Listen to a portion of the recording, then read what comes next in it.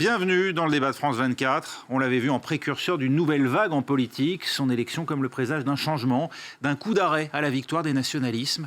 Un an plus tard, où en est Emmanuel Macron et la France avec lui ? La réponse, le chef de l'État l'a donnée en ouvrant, comme le veut la tradition, la conférence annuelle des ambassadeurs ici à Paris. Pour France 24, y assistait Armelle Charrier, notre spécialiste des relations internationales. On va en débattre avec vous, Armelle, ainsi qu'avec Manuel Lafont-Rapnouil, directeur du bureau parisien du Conseil européen des relations internationales. Merci à vous aussi d'avoir accepté l'invitation. Merci à Pierre-Alexandre Anglat, député des Français établis hors de France. Vous siégez au sein du groupe La République En Marche. Vous êtes également vice-président de la Commission des Affaires européennes et membre de la Commission de la Défense nationale et des Forces armées. Face à vous, Majid Messaouden, élu municipal de Saint-Denis, membre de la majorité de gauche. Merci d'être avec nous. Beaucoup ont retenu avant tout de ce discours l'annonce faite par le chef de l'État d'un projet de renforcement de la sécurité en Europe. Dans les prochains mois, Emmanuel Macron estime qu'elle ne peut plus reposer uniquement sur les États-Unis. Écoutez. L'Europe ne peut plus remettre sa sécurité aux seuls États-Unis. C'est à nous aujourd'hui de prendre nos responsabilités et de garantir la sécurité et donc la souveraineté européenne. Nous devons tirer toutes les conséquences de la fin de la guerre froide. Des alliances ont aujourd'hui encore toute leur pertinence, mais les équilibres, parfois les automatismes sur lesquels elles s'étaient bâties, sont à revisiter. Et cela suppose aussi pour l'Europe d'en tirer toutes les conséquences. Armelle Charrier, à quand une défense européenne, a semblé se demander le chef de l'État, face à un monde dont il nous a décrit effectivement les nombreux périls, en tout cas les nombreux points d'interrogation? Alors c'est vrai qu'il a insisté sur le fait que l'Europe de la défense allait mieux, parce que certainement elle avait pris conscience des enjeux qu'il y a, et que le rôle des États-Unis était absolument fondamental, parce qu'il fallait faire la différence entre des États-Unis qui avaient été issus de la Seconde Guerre mondiale et qui donc étaient intéressés par l'Europe, et puis des États-Unis qui aujourd'hui sont plus intéressés par eux-mêmes. Alors ça, c'est vrai que c'est un point important qu'a soulevé le chef de l'État. Il a aussi parlé d'autonomie stratégique en disant finalement que cette autonomie stratégique, on en avait besoin, mais qu'on ne l'avait pas. Et ça, c'est une parole qui était importante du président français, parce que c'est quand même reconnaître une réalité qui est que aujourd'hui, l'Europe n'a pas les moyens, effectivement, d'être totalement indépendante de son côté. Alors ça, c'est un bon point dans les intentions et dans ce qu'il en dit. Et puis on voit surtout du pragmatisme derrière par rapport au monde actuel. Le point simplement qu'on peut souligner, c'est que si on veut une indépendance stratégique, dans ces cas-là, il faut effectivement bâtir ce que vous venez de dire, c'est-à-dire une Europe de la défense, être capable de se défendre. Mais dans ces cas-là, il faut aussi mettre en place tout un système industriel de la défense, par exemple, parce qu'on voit clairement que lorsqu'on a des armements européens, si on a à l'intérieur une composante américaine, dans ces cas-là, on perd cela. Donc c'est un programme ambitieux qui ne se résume pas juste à une question de défense. C'est important, Pierre-Alexandre Anglat, de prendre ses distances avec les États-Unis. Est-ce que ça vous a surpris, cet aspect du discours du chef de l'État qu'on avait vu à plusieurs reprises lors de l'invitation faite à Donald Trump en France et puis ensuite lors de son propre déplacement à Washington, afficher une proximité avec les États-Unis? Certains avaient même parlé d'atlantisme. Mais vous savez, les annonces qui ont été celles du président de la République aujourd'hui n'ont absolument rien de surprenant, parce que l'ordre international tel que nous le connaissions depuis la fin de la guerre froide a été ces dernières années totalement remis en cause. Autrefois, cet ordre international il s'organisait principalement autour de 5 puissances qui sont celles du Conseil de sécurité des Nations Unies. Aujourd'hui, on se rend bien compte que 3 de ces puissances, les États-Unis, la Chine et la Russie, s'affranchissent presque systématiquement du multilatéralisme. Et donc, il y a la nécessité aujourd'hui de construire un pôle européen suffisamment robuste pour être capable de faire entendre sa voix sur les grands enjeux du XXIe siècle. Moi, je voudrais tout de même revenir sur les annonces qui ont été faites sur la défense européenne. Depuis un an, la défense européenne n'a jamais autant progressé que depuis sur les 60 dernières années. Il y a eu le Fonds européen de défense qui a été acté, qui va permettre d'avancer sur les sujets industriels. Il y a l'initiative européenne d'intervention qui avait été proposée par le président de la République l'an passé à la Sorbonne et qui voit 8 pays la rejoindre. Il y a 2 partenariats stratégiques entre la France et l'Allemagne autour d'un avion de chasse et d'équipements militaires qui ont vu le jour. Donc cela progresse. Il y a une prise de conscience collective des Européens qui ont enfin pris conscience qu'ils ne pouvaient plus dépendre uniquement des États-Unis, qui n'en reste pas moins un de nos alliés les plus fidèles. Majid Messaouden, vous voyez vous aussi les idées d'Emmanuel Macron progresser en Europe? Vous voyez cette tentative d'autonomie à l'égard des grands blocs, et puis cette capacité aussi à construire ensemble, comme on vient de l'entendre, une Europe, peut-être pas une Europe de la défense, mais en tout cas une défense européenne. On imagine la prise de distance avec les États-Unis, c'est quelque chose qui doit plutôt vous plaire, non ? Qui me plaît, je ne sais pas, effectivement, le rôle de gendarme du monde des États-Unis a changé depuis effectivement quelques années. Moi, je me pose des questions sur les véritables ambitions et sur les véritables raisons des annonces d'Emmanuel Macron ce matin. Je vois surtout qu'il est en mode leadership européen, justement face à une Angela Merkel qui est très affaiblie, elle, de son côté. Donc, il a aussi sa carte à jouer et il la joue. Très franchement, on l'a vu ce matin, pour essayer d'incarner un peu le modèle européen. Il a raison. Je ne dis pas qu'il a raison, je dis qu'il est malin. Je ne pense pas moi qu'il ait raison, parce que pour avoir une Europe de la défense, encore faudrait-il qu'il y ait une Europe politique.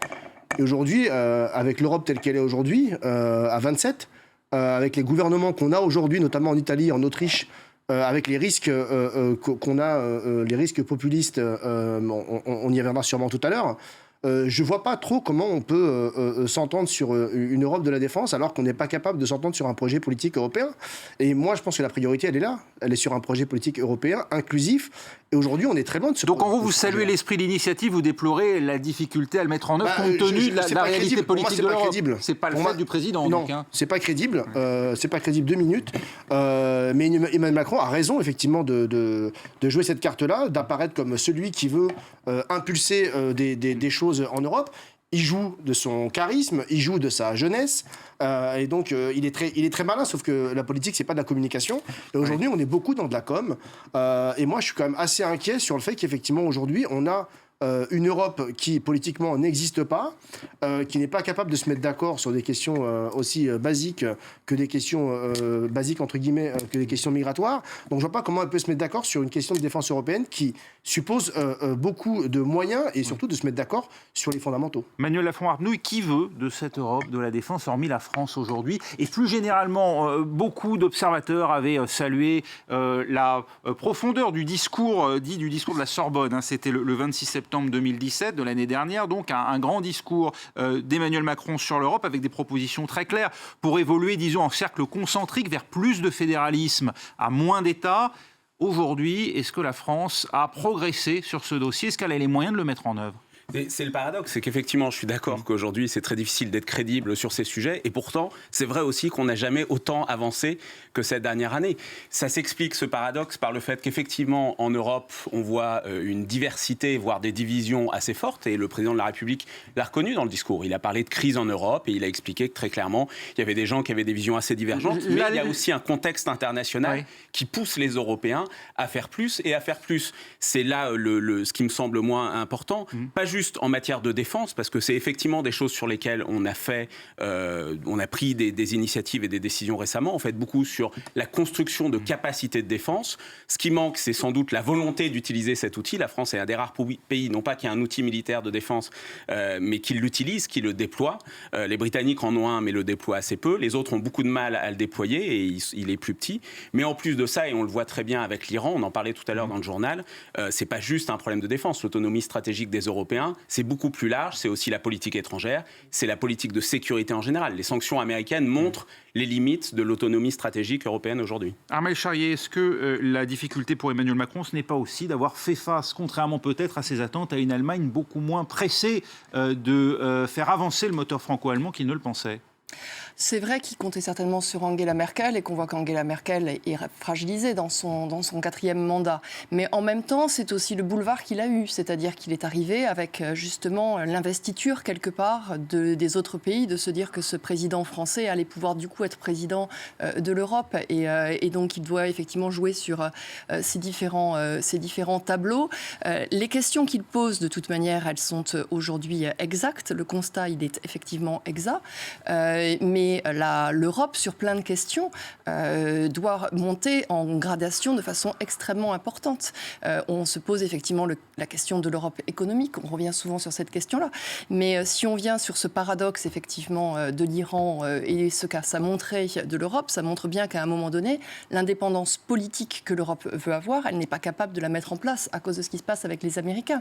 Quand on parle d'indépendance stratégique, il y a quelque chose qui est important. On peut parler effectivement de l'Europe de la défense, et vous avez raison de le dire. et il faudrait rentrer dans le détail, effectivement, pour montrer que lorsque vous avez un armement X ou Y, vous n'êtes pas dépendant de la même manière ou indépendant de la même manière. Nous-mêmes, d'ailleurs, quand on achète des drones aux Américains, parce qu'on ne les a pas nous-mêmes fabriqués pour l'instant. Mais il y a un moment donné aussi où se pose la question de l'indépendance que l'on peut avoir quand on parle de tout ce qui va être les réseaux sociaux, quand on parle de Facebook, quand on parle de Google, quand on parle d'Amazon, etc. Ça, on a laissé la main totalement aux Américains. Or, il peut y avoir aujourd'hui une recherche européenne sur ces questions-là, qui nous mettrait aussi à l'abri sur des questions de cybersécurité.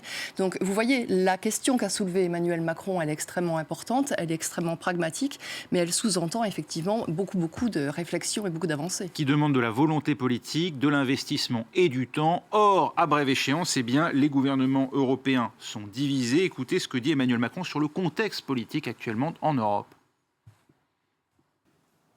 Nous voyons bien ceux qui voudraient, une fois la guerre contre Daesh achevée, faciliter ce que d'aucuns appellent un retour à la normale.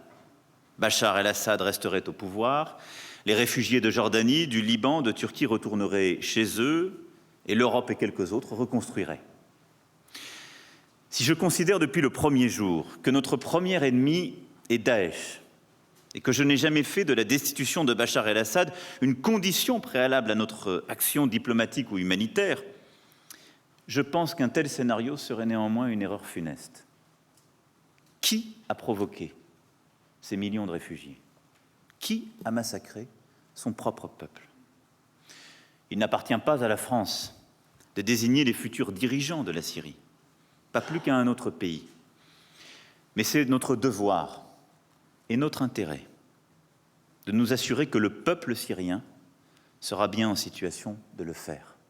Je ne crois pas que l'avenir du monde se bâtira sur des hégémonies, ni sur des théocraties, ni sur de nouveaux totalitarismes. Mais cela suppose un sursaut immédiat de nos démocraties. Nous ne gagnerons pas cette bataille en disant simplement que les démocraties ont par définition raison. Nous voyons partout les extrêmes monter et cet ordre international se désagréger. Quand je parle d'un multilatéralisme fort, cela suppose de regarder ce qui, pour nos concitoyens, constitue des défis essentiels et de savoir y apporter une réponse internationale. Alors, on évoquera la première partie du propos qui concerne Bachar el-Assad dans la deuxième partie de cette émission. On va revenir à ce que dit à l'instant Emmanuel Macron, alors s'agissant évidemment du multilatéralisme et de la montée des nationalismes, qui s'applique aussi directement, on l'imagine, à l'Europe, avec cette montée aussi des populismes qui ont accédé au pouvoir dans un certain nombre de pays, libéraux contre nationalistes. C'est comme ça qu'il aborde les choses aujourd'hui pour la campagne européenne. Est-ce que ça ne risque pas justement là de porter vraiment atteinte au projet que lui-même veut porter ? Mais aujourd'hui, nous sommes très clairement dans un contexte en Europe où, pour certains des États membres, les égoïsmes nationaux sont plus importants que ce qui nous rassemble. Nous sommes dans un contexte où l'on voit apparaître dans un certain nombre d'États membres une forme de fascination pour les pouvoirs autoritaires, les régimes forts, les démocraties illibérales, comme certains veulent les appeler. Et ce cocktail assez sombre est à l'origine d'une forme de guerre civile intellectuelle qui peut exister aujourd'hui en Europe, où il y a un clivage qui est en train de se créer entre les identitaires, les nationalistes et celles et ceux que l'on pourrait appeler les progressistes, ceux que vous appelez les libéraux, et qui, eux, veulent poursuivre le projet européen. Et donc, effectivement, nous sommes dans une forme de clivage politique extrêmement marqué, et on le voit aussi intervenir en France, dans notre pays, autour de la question européenne, où aujourd'hui, certains portent une ambition pour l'Europe, et d'autres, par exemple Laurent Wauquiez dans son discours de ce week-end, vont sur un discours identitaire, culturel, dans la ligne de ce qu'est Viktor Orban. On sent Emmanuel Macron partagé entre deux attitudes, à la fois dire il faut écouter aussi ses craintes, ne pas les ignorer, et d'ailleurs il explique qu'il y a une part de responsabilité dans la mondialisation et l'ultralibéralisme, mais en même temps il se pose lui en rempart contre ces tensions. Effectivement, mais on voit bien que les nationalismes, les populismes se sont réveillés partout en Europe. Est-ce une raison pour arrêter, pour renoncer au combat européen? Nous ne le croyons pas. Ce n'est pas ce que croit le président de la République. Ce n'est pas ce que nous croyons dans le mouvement politique qui est le mien. Et donc, nous allons continuer à porter cette ambition. Mais c'est ce que vous intégrez, par exemple, dans la politique migratoire de Gérard Collomb? Mais bien sûr, la politique migratoire de Gérard Collomb, on ne peut pas la résumer ou la caricaturer comme elle a été faite. Quand vous prenez tout ce qui a été la crise de cet été, par exemple, sur l'Aquarius. si on trouve un dénouement européen au bout du compte. C'est l'activité de la France au niveau diplomatique. Lorsque l'on augmente le nombre d'heures d'apprentissage du français pour celles et ceux qui sont éligibles au droit d'asile dans notre pays, c'est une ouverture. Lorsque l'on accompagne mieux vers l'intégration celles et ceux qui arrivent dans le pays, c'est aussi cette ouverture vers le monde. Donc, lorsqu'on souhaite des centres de contrôle...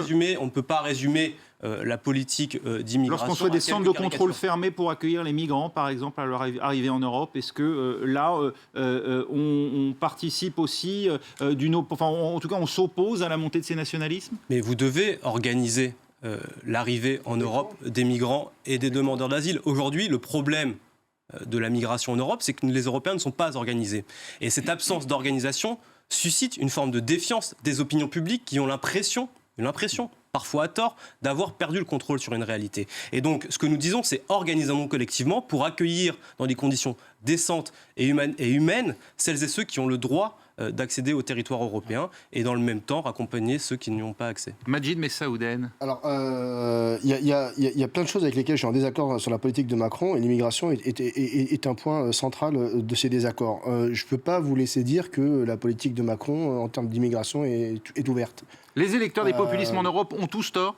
Il ne faut pas prendre en compte leurs inquiétudes. Non, mais de toute façon, on est obligé de les entendre, les inquiétudes qui s'expriment. Mais les inquiétudes s'expriment beaucoup de la part des dirigeants, des Salvini, des Orban, etc., sans qu'il y ait de cordon sanitaire d'ailleurs. Hein. Je trouve assez choquant qu'il n'y ait pas de cordon sanitaire qui soit fait face à l'extrême droite autrichienne ou face à l'Italie. Il faudrait refuser de dialoguer avec le gouvernement italien. En tout cas, il faudrait être beaucoup plus ferme par rapport aux propos qui sont tenus par des Salvini ou des Orban. C'était fait à l'époque avec Jörg Haider et ça a pas. Donc, a priori, je trouve qu'on a essayé de se banaliser les idées d'extrême droite et xénophobes. Sur la politique de Gérard Collomb, pardon. Je suis désolé, mais c'est pas moi c'est pas juste Majid Messaouden qui le dit. C'est la CIMAD, c'est le GISTI, c'est la LDH. Donc ce sont des organisations qui ont pignon sur rue sur les questions de droit. Quand on vote un projet de loi qui autorise l'enfermement des enfants, on peut pas dire que c'est un projet de. Non, mais si. Le projet de loi voté, la loi sur la protection de l'asile et de l'immigration autorise l'enfermement des enfants en centre de rétention. Et je vous invite à faire un tour avec moi, pas loin de chez moi, voir les conditions d'accueil réservées par l'État français. Alors certes, ça date pas d'Emmanuel Macron, c'était déjà le cas avant, mais aujourd'hui... Aux États-Unis, les mineurs sont séparés des parents dans les centres de rétention, ce qui a fait énormément réagir les associations. Mais le fait qu'ils y soient enfermés, pour moi, c'est quelque chose de c'est-à-dire qu'il ne faut pas enfermer donc les parents non plus. Mais non, on ne peut pas enfermer les mineurs ni mais moi, séparer. je suis contre l'enfermement en centre de rétention. Merci. Voilà, la question est claire. Merci Majid Messaouden. On fera réagir dans un instant Manuel Lafont-Rapnouil dans la deuxième partie de ce débat, puisqu'on doit marquer une courte pause et on se retrouve tout de suite. Restez avec nous.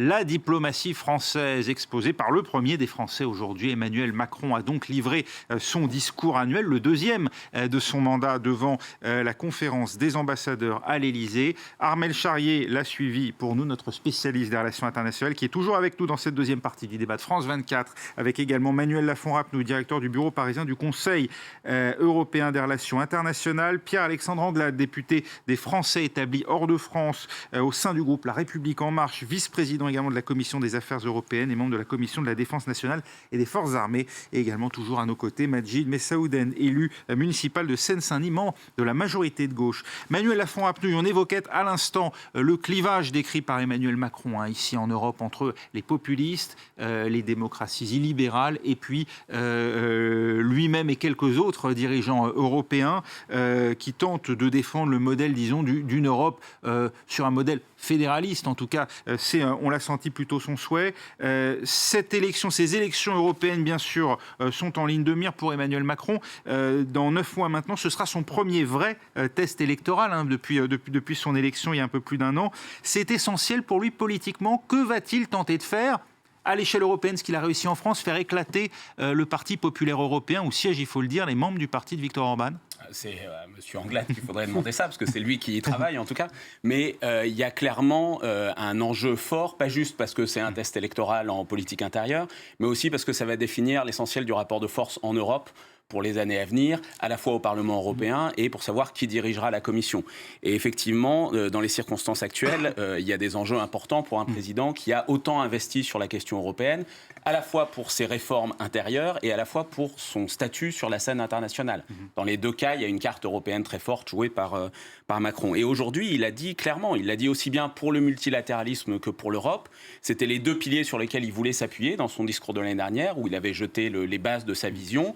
Et aujourd'hui, il a dit, ces deux piliers sont en crise, l'Europe et le multilatéralisme, un peu pour des raisons parallèles, c'est-à-dire qu'à la fois ces deux, l'ONU et l'Europe, on va dire en quelque sorte pour simplifier, ces deux ensembles institutionnels qui ont du mal à répondre aux attentes de nos concitoyens, et c'est aussi deux ensembles institutionnels dans lesquels nos partenaires sont plus égoïstes, plus nationalistes, et où effectivement les extrêmes soit trouvent une place, soit pèsent sur les gouvernements. Et la migration dont on parlait tout à l'heure est un bon exemple du fait que, quand la solidarité manque, on alimente, comme dans un cercle vicieux, les poussées de nationalisme et d'extrémisme. Et c'est ce qui était intéressant dans ce qui s'est joué cet été sur la crise migratoire, c'est qu'on a vu au début des réactions en France face à l'attitude italienne disant c'est un scandale, ces Italiens qui font pas du tout preuve de solidarité. Et puis les Italiens ont dit mais en fait, vous les Français, vous savez, vous n'avez pas fait preuve de beaucoup de solidarité sur la période récente. Et là, on voit bien que la France essaye justement de retrouver, plutôt que de se jeter des noms d'oiseaux et de dire c'est vous les premiers qui n'avaient pas fait preuve de solidarité, d'essayer de trouver une façon d'être, de monter des politiques coopératives, si ce n'est avec les Italiens, avec les Espagnols, avec les Allemands, avec d'autres partenaires qui pourraient essayer d'aider à avancer et à sortir de la paralysie dans laquelle on est, du jeu non coopératif dans lequel on est aujourd'hui. Vous êtes d'accord, Majid Essaoudan? Je vous vois opiner. Vous trouvez effectivement que Emmanuel Macron tente d'adopter une attitude constructive face à ces gouvernements qui... pour certains, même si on est d'accord ou pas avec la politique de l'Italie, disent effectivement que pendant des années, l'Europe ne les a pas aidés. Effectivement, j'opinais parce qu'effectivement, le fait de ne pas être solidaire et de ne voir ces questions migratoires que comme un problème ou une menace alimente effectivement les montées du populisme en Europe. Et je pense que la France n'est pas du tout à la hauteur sur ces questions-là. Elle l'est un peu plus aujourd'hui qu'elle ne l'était hier? Non, parce que dans les faits, on refuse de laisser accoster les navires sur nos côtes. La réalité, elle est quand même là. C'est-à-dire qu'on en est à savoir s'il faut les accueillir ou pas, alors qu'on parle de familles, d'enfants, de femmes. Certains et des enfants meurent dans la Méditerranée pour pouvoir accéder à nos côtes. Il ne faut pas oublier l'histoire aussi, l'histoire française dans les années précédentes. On a une responsabilité par rapport à ce qui se passe aussi dans les pays que les gens fuient aujourd'hui. On ne peut pas faire comme si la France n'avait aucune responsabilité. Donc je pense qu'aujourd'hui, c'est irresponsable de montrer du doigt des gens qui quittent leur pays pour des tas de bonnes raisons et se trient entre bons et mauvais migrants. Vous appelez-vous un changement de la politique migratoire de la France qui ne date pas d'Emmanuel Macron? Non, absolument. Il est dans les pas, à mon avis, d'une politique migratoire restrictive. Pierre-Alexandre Anglade, après on passera aux autres sujets. Brièvement, on ne peut pas laisser dire que la France ne fait pas preuve de solidarité ou n'a pas été à la manœuvre cet été. Sur tous les débarquements de bateaux qui ont eu lieu, elle a accueilli systématiquement les demandeurs d'asile qui étaient éligibles. Sur tous les bateaux qui ont débarqué, on a accueilli plus de 250 personnes. C'était des petits chiffres de bateaux. Alors effectivement, sur la masse importante, ça ne paraît pas forcément extrêmement important, mais à chaque fois, les agents de l'OFPRA ont été détachés dans les différents ports européens où les bateaux sont arrivés. Et la France a pris toute sa responsabilité dans la crise migratoire, ou en tout cas dans la crise politique plutôt que migratoire, qui a eu lieu cet été. Oui, parce que là, on parle de 73 000 personnes qui arrivent depuis le début de l'année.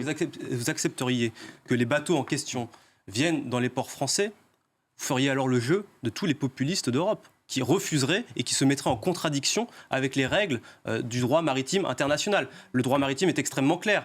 Le port le plus proche doit être le port dans lequel doit se diriger le bateau. En l'occurrence, c'est la France est un peu servie par sa géographie. La France est un peu servie par sa géographie, en l'occurrence. Chacun est servi par sa géographie ou desservi par sa géographie, c'est comme on pose la question. Mais en l'occurrence, le bateau doit aller dans le port le plus proche. Et ce qui ne fonctionne pas aujourd'hui en Europe, c'est ensuite le système de solidarité. Et c'est cela que nous devons repenser. Et c'est ce que la France a fait cet été en accueillant celles et ceux qui étaient éligibles à l'asile. Cette, comme on l'a dit, crise migratoire, même si effectivement cette année on a vu une nette décrue du nombre de personnes qui arrivent sur les côtes européennes, cette crise migratoire, elle existait largement avant l'arrivée au pouvoir d'Emmanuel Macron. On se souvient, il y a un an, il y avait eu un espoir soulevé par son élection en Europe. Il s'est heurté, ça a été l'un des principaux écueils, d'après vous, Armelle Charrier, à justement cet élan d'Emmanuel Macron en Europe? si on regarde un an plus ça tard? a pris tout le monde de court, de toute manière, cet éclatement de l'Europe sur la crise migratoire, parce qu'on avait des difficultés européennes qui étaient plutôt nord et sud, en fonction des économies des pays. Et finalement, l'accueil des migrants, ça a poussé un peu l'Est contre l'Ouest, en fait, du coup, avec un raisonnement un peu différent. Alors, c'est vrai que ça fait bouger les lignes politiques aussi. En Allemagne, par exemple, Emmanuel Macron comptait beaucoup sur Angela Merkel. Angela Merkel qui a ouvert sa porte en disant on peut accueillir jusqu'à 1 million de réfugiés et qui l'a payé extrêmement cher et qui le paye encore extrêmement cher.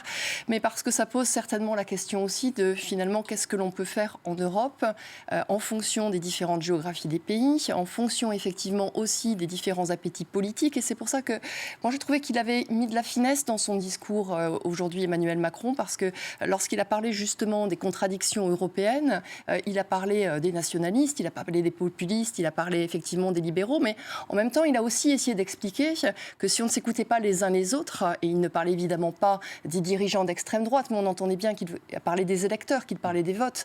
Dans ces cas-là, on n'arrivait pas à comprendre effectivement ce qui faisait résonner les uns et les autres. Cette crise migratoire, je crois qu'il faut aussi lui accorder, de la regarder un peu sur le long terme.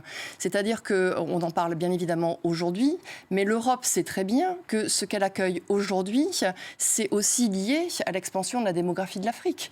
Aujourd'hui, on a un continent africain qui est 2 fois l'Europe, c'est-à-dire 1 milliard de personnes. On sera à 2,5 milliards en 2050. Donc la question, elle demande fondamentale, et c'est pour ça qu'elle est souvent reliée aujourd'hui aux questions du développement. Alors, il a eu justement des propos à ce sujet. Je ne sais pas si on a effectivement l'extrait de son intervention concernant le continent africain. On me le dira sans doute. Mais en tout cas, Emmanuel Macron est revenu sur la question de l'Afrique et il a maintenu des propos qui lui avait valu d'ailleurs, lorsqu'il les avait prononcés une première fois, une belle même polémique, considérant effectivement que, s'agissant des femmes, il dit qu'on me présente les femmes qui ont voulu avoir 8 ou 9 enfants. Sous-entendu, ça ne peut pas être une décision volontaire de la part de ces femmes, ou en tout cas c'est lié au contexte de l'éducation ou à l'impossibilité de travailler. Comment réagissez-vous à ces propos? Je trouve qu'il, pour un président, il devrait s'occuper... la dernière chose dont il devrait s'occuper, c'est du ventre des femmes qui... Mais la question démographique, est-ce qu'elle n'est pas importante? C'est un vrai défi. Oui. Évidemment que c'est un vrai défi. Mais moi, j'aimerais bien qu'il s'occupe davantage de voir comment il peut arrêter de soutenir la façon dont les économies africaines sont aujourd'hui le terreau du terrorisme, de la contrebande, du narcotrafic, etc. Parce qu'aujourd'hui, si beaucoup de gens fuient ces pays d'Afrique, c'est aussi parce que les États sont devenus de véritables poudrières, que les dirigeants se sont accaparés les richesses, qu'il n'y a plus de services publics, que les populations sont livrées elles-mêmes et que donc elles fuient pour un avenir meilleur. Et tout ça avec la bénédiction souvent des États occidentaux qui y trouvent tout leur intérêt, notamment en termes de richesse dans le sol. Donc je veux bien que Macron donne son avis sur le ventre des femmes africaines. Je trouve ça lamentable sur le fond, mais je trouve qu'il devrait plutôt regarder comment la France agit en Afrique. Il le lie à un enjeu d'émancipation. Emmanuel Lafont-Rapnouil, est-ce qu'il a raison de le faire sous cet angle? C'était ce qui était intéressant, c'est que effectivement, il est revenu sur cette phrase qui avait fait polémique, mais au-delà de la polémique, c'était un moment où il parlait de la nouvelle priorité française en matière de développement, qui est l'éducation, et qui est notamment l'éducation des filles. Et c'est comme ça qu'il est arrivé à ces problèmes à cette question du taux de fécondité dans la zone sahélienne. Mais il avait un propos beaucoup plus large en soulignant l'importance de la politique de développement. Et il y a eu des annonces sur le fait que la France allait enfin faire réaugmenter son aide au développement, qui depuis des années était à la traîne par rapport au Royaume-Uni ou à l'Allemagne, par exemple. À des niveaux très bas, et par rapport à nos engagements internationaux, tout simplement. Les fameux 0,7%, on en est très loin. Et donc l'éducation est la nouvelle priorité. Je pense que c'est une excellente priorité parce qu'elle permet de traiter ces questions de démographie, parce qu'elle permet de traiter le côté du terrorisme et le soutien à la construction de ces nouveaux États. Et il y a effectivement un engagement assez fort de la France là-dessus, en tout cas pour l'instant dans le discours. Et ça va être intéressant de voir comment on suit. C'est d'autant plus intéressant qu'il a aussi fait le lien entre la politique de développement et les opérations militaires extérieures de la France. C'est-à-dire qu'il a dit très clairement, par exemple au Sahel, on a des opérations qui rencontrent des succès militaires, mais ces succès militaires ne peuvent pas suffire. On a besoin de faire de la politique à côté et on a besoin d'avoir une action en matière de développement à côté qui aide les populations locales. Sinon, on laisse un vide malgré les succès militaires. Comment on s'assure que cet argent va aux populations locales quand on sait que les gouvernements dans ces États sont corrompus ? Enfin, c'est quand même un vrai souci. Donc moi, je veux bien que la France augmente son aide qui est ridiculement bas, effectivement, comme ça a été rappelé. Si elle ne le faisait pas, on lui reprocherait. Oui, non, mais d'accord, mais sauf que c'est hypocrite, parce qu'on sait très bien que cet argent-là, les gens n'en verront pas la couleur. Oui. Mais enfin, comme on le distribue directement aux populations, sans se faire accuser, là, de néocolonialisme, il y a toute une difficulté aussi d'être obligé de passer par les gouvernements. Armelle Charrier. C'est vrai que cette aide au développement, elle est capitale, en fait, parce que derrière se pose la question de comment est-ce qu'on on crée des emplois, et à partir du moment donné où on crée des emplois, on, dans ces cas-là, jugule les questions de terrorisme, parce que les gens ont un métier, ils ont de quoi manger, ils n'ont pas besoin, du coup, d'attendre d'avoir de l'aide, de l'argent qui vienne, des trafics, etc.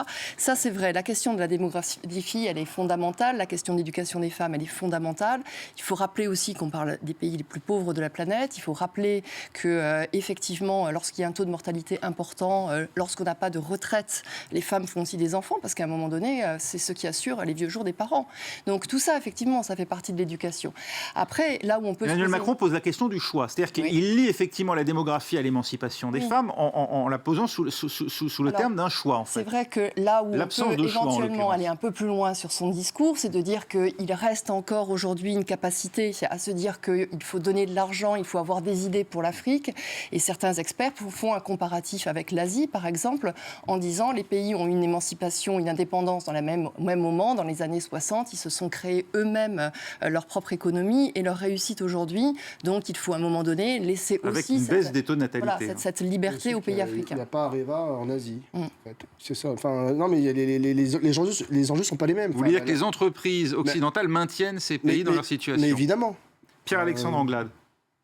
C'est pas moi qui le dis d'ailleurs. Mais écoutez... Non, mais j'essaie juste d'expliciter vos propos. Oui, bien sûr. Pierre-Alexandre Anglade. Non, mais ce qui était central dans le discours du président de la République, d'ailleurs qui ne date pas d'aujourd'hui, qui avait déjà été dit au moment du discours de la Sorbonne il y a un an, c'est cette volonté effectivement de créer ce nouveau partenariat entre l'Europe et l'Afrique, parce que le destin de ces deux continents sont intimement liés. Ils le sont par l'histoire et ils le sont par l'avenir. Oui, l'Afrique n'est pas seulement notre interlocuteur pour parler des crises qui l'affectent, elle doit être aussi notre allié pour inventer les grands équilibres du monde, c'est-à-dire aller au-delà des crises strictement africaines. Mais c'est extrêmement clair. Et quand on parle de redéfinir ce multilatéralisme qui était celui que nous avions depuis la fin de la guerre froide, qui est un multilatéralisme passé, et lorsque l'on parle de la définition d'un nouveau multilatéralisme, il faut évidemment inclure l'Afrique qui est le continent de demain. Ça veut dire quoi? Ça veut dire élargir le Conseil de sécurité pour y faire admettre des pays africains? Il faut repenser le multilatéralisme tel qu'il existe dans toutes les institutions internationales aujourd'hui, que ce soit l'ONU, l'OMC ou n'importe quel organe, pour mieux intégrer le continent africain, qui sera le continent du XXIe siècle, avec une démographie extrêmement importante, un continent extrêmement jeune. Et il faut être capable de fonder ce nouveau partenariat entre l'Europe et l'Afrique, fondé sur l'éducation, et plus seulement sur une aide financière qui n'a pas fonctionné jusqu'à présent, comme vous pouviez le décrire avec vos mots, mais qui doit être repensée autour de l'éducation, autour de la lutte contre le changement climatique, autour de la capacité pour les Africains de développer leur propre économie sans être dans la main de certaines entreprises. Tout ça, c'est un nouveau partenariat qui prendra du temps, mais que nous devons engager maintenant, parce que les politiques que nous engageons aujourd'hui pour l'Afrique, elles porteront leurs fruits dans 10, 15 ou 20 ans. Ça veut dire aussi que la France, en s'adressant davantage aux pays non francophones, accepte aussi d'ouvrir dans les pays francophones la voie à d'autres puissances étrangères comme la Chine. Vous savez que c'est déjà le cas dans les faits. Et vous savez très bien que la France, ou l'image de la France comme étant un pays qui rayonne seul en Afrique, n'est plus celle-là. La France a une place historique extrêmement importante en Afrique. Mais le monde évolue extrêmement rapidement. Oui. Soyons novateurs dans notre approche avec le continent africain. Dessinons ce nouveau partenariat basé sur l'éducation, la culture, le changement climatique et l'entreprise. Manuel Lafont-Rappenouille, il y a un changement de paradigme sous Emmanuel Macron de ce que doit être la politique africaine de la France. Plus seulement basée sur les liens historiques, on va dire, pour faire vite, les liens coloniaux qui ont existé entre la France et ces pays, mais aujourd'hui sur l'intérêt économique de la France qui pourrait être autre simplement que dans ces pays. Voire des décennies qu'on dit qu'il faut changer la politique avec l'Afrique, et à chaque fois on franchit un palier, et à chaque fois on s'aperçoit qu'il reste d'autres paliers encore à franchir. Donc la question qui se pose aujourd'hui pour Emmanuel Macron, c'est quel est le palier qui va réussir à franchir effectivement. Ça fait des années qu'on dit qu'il ne faut pas s'intéresser uniquement à l'Afrique francophone, ça fait des années qu'il dit qu'il ne faut pas juste s'intéresser aux crises, qu'il faut travailler avec eux dans le système multilatéral. Et à chaque fois, on avance progressivement, etc. On avance réellement ou ce sont des mots essentiellement, des discours? Si vous comparez la période de Jacques Chirac avec la période de François Hollande, déjà il y a beaucoup d'évolutions et pourtant on voit qu'aujourd'hui encore il reste des progrès à faire, mais il y a énormément d'évolutions. D'abord parce que l'Afrique elle-même a évolué. C'est-à-dire qu'indépendamment du fait de savoir si notre politique change, les Africains, eux, ont changé. Ils ont effectivement diversifié leurs partenaires. L'Afrique francophone s'est émancipée de la France. Alors l'Afrique francophone a des difficultés un peu particulières. Les pays d'Afrique anglophone ont eu plus de succès économique. Les mauvaises langues diront que c'est aussi pour ça que la France s'intéresse à d'autres zones de l'Afrique que uniquement l'Afrique francophone. Ghana, Nigeria. Mais, honnêtement, c'est pas ça le sujet. Le sujet, c'est les Africains ont changé et les Français essayent de changer avec. Et on est évidemment plus efficace quand on anticipe ce changement que quand on est à sa traîne. C'est ce que manifestement essaye de faire Emmanuel Macron, y compris en essayant de parler pas par-dessus la tête des gouvernements, mais à côté de son dialogue avec les gouvernements, avec la société civile. Et je pense que tout ça, effectivement, continue des évolutions qui ont commencé bien avant, mais essaye de les pousser un peu plus loin. Restent les terrains où la guerre est engagée, on l'a dit, où la France est engagée militairement, on l'a dit dans le cas du Sahel. Il y a eu aussi dans le passé des frappes visant le groupe État islamique en Syrie. Et là, eh bien, Emmanuel Macron est revenu sur le cas spécifique de Bachar el-Assad. On avait eu le sentiment l'an dernier, lorsqu'il avait rencontré Vladimir Poutine à Versailles, qu'Emmanuel Macron ne faisait plus du départ du dirigeant syrien un préalable à une issue politique à la guerre. Écoutez ce qu'il a dit aujourd'hui, il a précisé sa pensée. Nous voyons bien ceux qui voudraient, une fois la guerre contre Daesh achevée, faciliter ce que d'aucuns appellent un retour à la normale. Bachar el-Assad resterait au pouvoir, les réfugiés de Jordanie, du Liban, de Turquie retourneraient chez eux et l'Europe et quelques autres reconstruiraient. Si je considère depuis le premier jour que notre premier ennemi est Daesh, et que je n'ai jamais fait de la destitution de Bachar el-Assad une condition préalable à notre action diplomatique ou humanitaire, je pense qu'un tel scénario serait néanmoins une erreur funeste.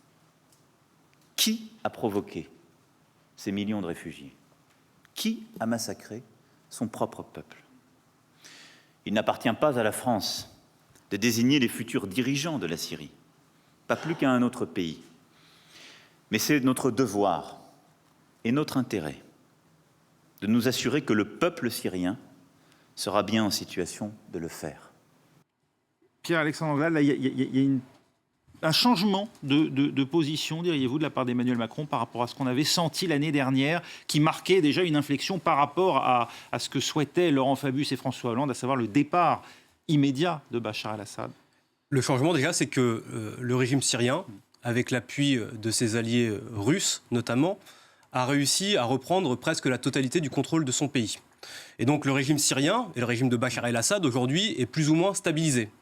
Ce que dit le président de la République, c'est extrêmement clair. Ce n'est pas parce que la situation dans le pays se stabilise que les Syriens ne doivent pas avoir la capacité, après le conflit terminé, d'avoir la faculté de choisir celui ou celle qui dirigera le pays quand des élections pourront intervenir.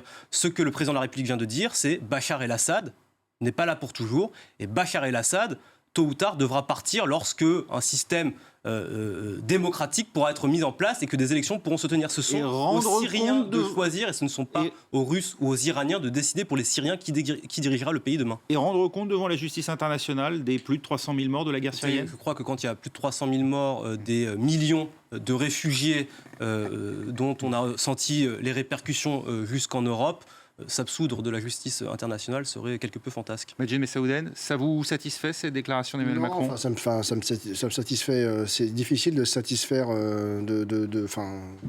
Encore une fois, il essaie d'être pragmatique.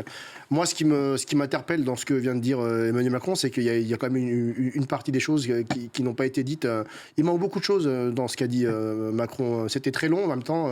Il n'a pas parlé du rôle de la France dans les massacres au Yémen avec son allié là, on parle de la Syrie, saoudien. Mais justement, sur le cas de Bachar el-Assad. Justement, sur le cas de Bachar el-Assad, j'y reviens. Moi, ce qui me perturbe, c'est que ce qu'il ne dit pas, c'est que concernant l'affaire des réfugiés, il y a un accord avec la Turquie qui fait qu'aujourd'hui, Erdogan, il est fréquentable quand il s'agit de maintenir des réfugiés dans les frontières turques. Oui. Il a sacrifié les Kurdes, qui étaient pourtant le premier allié contre Daesh. Et aujourd'hui, on se rend compte qu'effectivement, Emmanuel Macron, il trouve son intérêt pour s'afficher comme l'éventuel sauveur sur ces questions-là. En un mot, parce qu'on manque de temps, il y a une évolution d'Emmanuel Macron par rapport à son discours l'année dernière face à Vladimir Poutine? Il n'y a pas sur le cas de Bachar el-Assad. Sur Bachar el-Assad, je pense qu'il a toujours été clair, Emmanuel Macron, sur le fait que la différence avec François Hollande, c'est qu'il ne demandait pas un préalable au maintien de Bachar el-Assad ou au départ de Bachar el-Assad. Il a toujours renvoyé effectivement à ce que les Syriens puissent voter. Donc la situation, non, elle n'a pas considérablement évolué. Merci beaucoup. Merci à tous. Merci à Manuel Lafont-Rapnouil également d'avoir été avec nous. À Pierre-Alexandre Anglade, Majed Messaouden et bien sûr Armel Charrier de France 24.